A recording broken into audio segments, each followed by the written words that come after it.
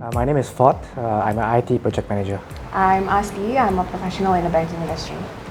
So we wanted to move because we want to move closer to our daughter's school, future school. So that's the main driver behind the decision to sell and then to buy another unit. I guess it was pretty quick because we already knew which location we want. So we just kind of shortlisted, and then they helped us just advise on the right unit for our requirements. So I think it took us a few weeks actually to settle on a new place.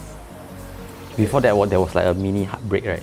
Yeah. We actually went to find a first unit. We actually went to offer, but there were some issues on the seller side. And then we had to go back and try to find another unit. Yeah. So they helped us with the process. Fortunately, we found another unit, and then they helped us with the negotiations. It was much easier. I think the main obstruction was the point where we actually selected a property that we really liked, and then due to some negotiation, the deal actually fell through. We were actually 80% close to securing the unit.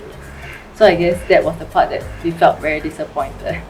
But thankfully, we quickly continued the viewings and we were able to find another place. So I think initially, right, when I actually met up with Ford and ASTI, I felt that there was this sense of fate lah. Fate just brought us together, and I just felt that I just want to do a good job for them. Initially, when we met up, we were just tasked to actually sell the house just in front of us. It took quite some time to actually sell, but naturally after we actually sold the place, we were really very blessed because the area that we're looking at, right, we had a few listings that we have already shortlisted. So the moment we go there, we really know what we want. So the buying process was actually pretty easy. Just that we needed to ascertain which house was good for them and whether were they actually buying at too high or too low kind of pricing. I remember we were just coming back from a holiday. I think it was Bali, is it? Yeah. So it was in the evening. We were quite tired coming back, and then Tricia just sort of came into the house saying, "Hey, are you guys selling the unit, the house?" So we said yes. By the time we were still a bit tired, so we sort of said, "Can you come back to us another day, and then we can have a conversation about how we're going to do this." At the point in time, we have actually met with a lot of other agents. We were already trying to sell the house, so in terms of coordination, because there were so many agents involved, it was quite cumbersome to do it. So we didn't want to sign an exclusive with the other agents because just didn't feel the connection with them yet. So when we had a conversation with them subsequently, we felt that okay, they seem quite professional, easy to talk to them. To discuss stuff, so we say, hey, why not just get them to help us coordinate things?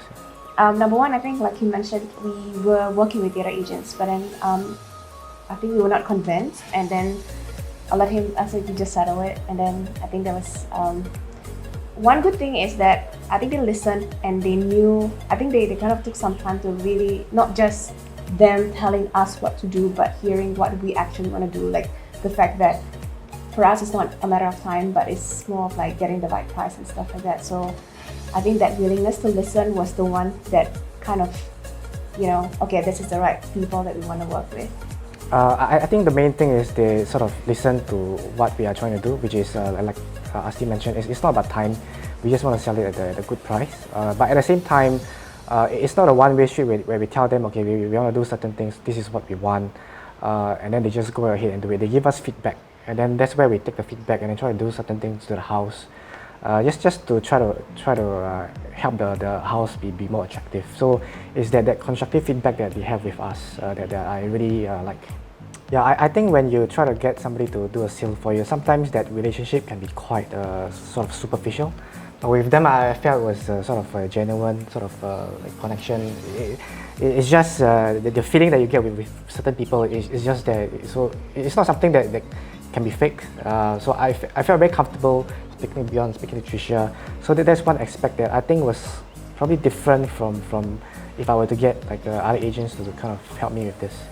Yeah, I think the conscious effort to make it work for us, because like you said, the genuine interest in listening to what we want to achieve, I think that could be missing with a lot of people. And I think in this, like you said, it's a service-oriented life after all, right? And you ought to listen to your clients if you want to do a good job, which I think they did really well.